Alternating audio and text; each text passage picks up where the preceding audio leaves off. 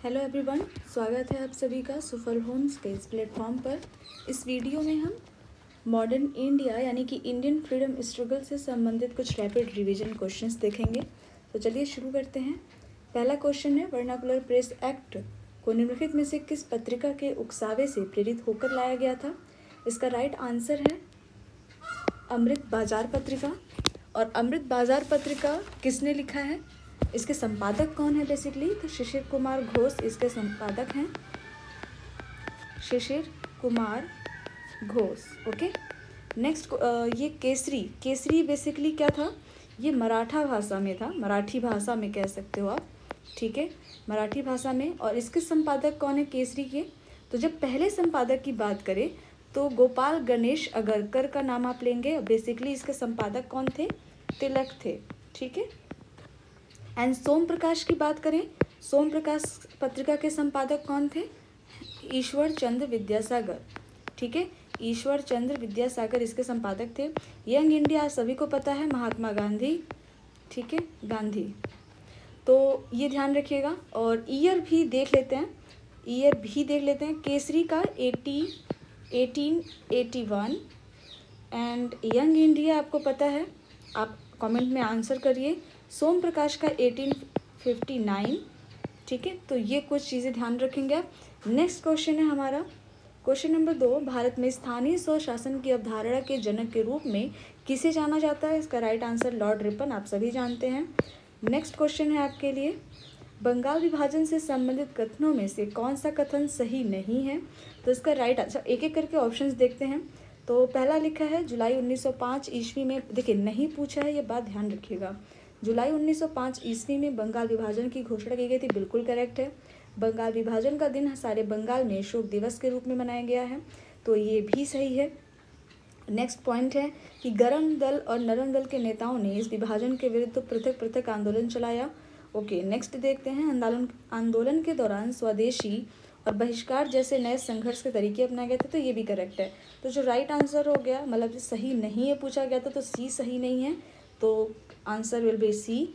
Next question, Calcutta अधिवेशन 1906 ईस्वी में कांग्रेस का लक्ष्य घोषित किया गया था, तो इसका राइट आंसर क्या है? स्वराज प्राप्ति का लक्ष्य घोषित किया गया था। आप मुझे बताएंगे कि कलकत्ता अधिवेशन 1906 की अध्यक्षता किसने की थी, ठीक है। चलिए नेक्स्ट क्वेश्चन, मुस्लिम लीग द्वारा पाकिस्तान के नाम से अलग राज्य बनाने की मांग करने वाला प्रस्ताव किस वर्ष पारित किया गया था? तो ध्यान रखिएगा, मुस्लिम लीग द्वारा एक अधिवेशन किया गया था 1940 में, ठीक है। तो प्रस्ताव पारित किया गया था 1940 में। इसकी अध्यक्षता जो की थी वो जिन्ना ने की थी, ठीक है, ध्यान रखिएगा। 1940 मुस्लिम लीग की अध्यक्षता थी, ये लाहौर अधिवेशन, बेसिकली लाहौर अधिवेशन की अध्यक्षता जिन्ना ने की थी, जिसके तहत 1940 में पाकिस्तान के नाम से अलग राज्य की मांग की प्रस्ताव को पारित किया गया था। नेक्स्ट क्वेश्चन, कौन सी घटना सबसे पहले हुई है? तो एक एक करके हम हर घटना को पहले देखेंगे ईयर वाइज। तो स्वामी दयानंद ने आर्य समाज की स्थापना की। आर्य समाज की स्थापना कब की? 1875 में की थी, ठीक है। आर्य समाज का मुख्यालय बेसिकली लाहौर है, तो ये ध्यान रखिएगा, ठीक है।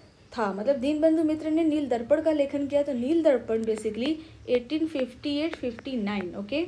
नेक्स्ट क्वेश्चन नहीं ऑप्शन, बंकिम चंद्र चट्टोपाध्याय ने आनंद मठ का लेखन किया, तो आनंद मठ 1882 में इसका लेखन किया गया था बंकिम चंद्र चट्टोपाध्याय द्वारा। नेक्स्ट है कि Satyendra Nath Tagore Indian civil service परीक्षा में सफलता पाने वाले प्रथम भारतीय कब बने थे? तो ये 1863। हमें क्या देखना था कि कौन सी घटना सबसे पहले हुई है, तो इसका जो राइट आंसर हो जाएगा, आप देख पा रहे हैं, सबसे पहले घटना हुई है नील दर्पण वाला। तो बाई चांस अगर सीक्वेंस लगाने को आ गया, एक क्रोनोलॉजी आ गई लगाने को, तो आप क्या लगाएंगे? तो पहले आपका बी हो जाएगा, देन आपको डी यानी कि 1863 में फिर सिविल सर्विस वाली बात, फिर आपको ए यानी कि आर्य समाज की स्थापना 75 में, फिर सी कि आनंद मठ का लेखन किया गया था। तो ये चीज़ भी आपको ध्यान रखते हुए चलना है।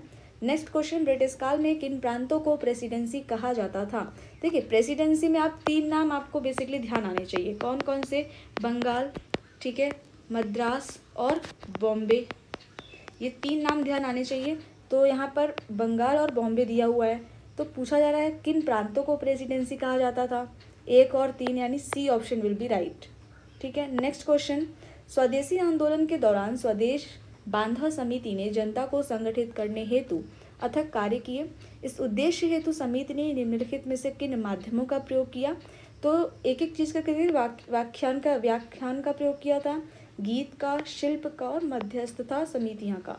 तो 1, 2, 3, 5, ठीक है, इन 4 चीज़ों का प्रयोग किया था। तो C will be right answer. Next question है, इंडियन नेशनल लिबरल फेडरेशन की स्थापना की गई थी। तो सबको पता है इंडियन नेशनल लिबरल फेडरेशन की स्थापना सुरेंद्रनाथ बनर्जी द्वारा की गई थी। नेक्स्ट क्वेश्चन है, निम्नलिखित में से कौन कांग्रेस खिलाफत स्वराज पार्टी का सचिव था? तो ये मोतीलाल नेहरू थे इसके सचिव, खिलाफत स्वराज पार्टी। नेक्स्ट, कांग्रेस खिलाफत।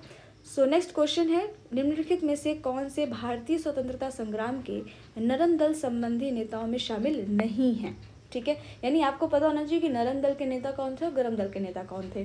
तो आपको पता है गरम दल में आप ध्यान रखते हैं लाल बाल पाल, तो एक तो पाल नरम दल के नेता हो गए और अरबिंदो घोष भी एक थे गरम दल के नेता, गरम दल के नेता हैं दोनों। ठीक है, तो पूछा है कि नरम दल के नेता कौन से शामिल नहीं हैं, नरम दल में कौन से नेता शामिल नहीं हैं? तो पता है जब ये गरम दल के नेता शामिल नहीं है, 4 और 5 शामिल नहीं है। ठीक है, तो 4 और 5, तो ये भी ध्यान रखिएगा कि नरम दल के नेता कौन से शामिल थे? सुरेंद्रनाथ बनर्जी, गोपाल कृष्ण गोखले, कृष्ण कुमार मित्र। इन ऑप्शंस में से ये तीनों नरम दल के नेता हैं और ये दोनों गरम दल के हैं। ठीक है, चलिए नेक्स्ट क्वेश्चन, सविनय अवज्ञा आंदोलन को वापस लेना और परिषद में प्रवेश को आध्यात्मिक हार, आदर्शों का समर्पण और क्रांतिकारी से सुधारवादी मानसिकता की ओर पीछे हटना किसने माना? तो इसका राइट आंसर क्या है? बिल्कुल करेक्ट, नेहरू जी ने ऐसा माना था।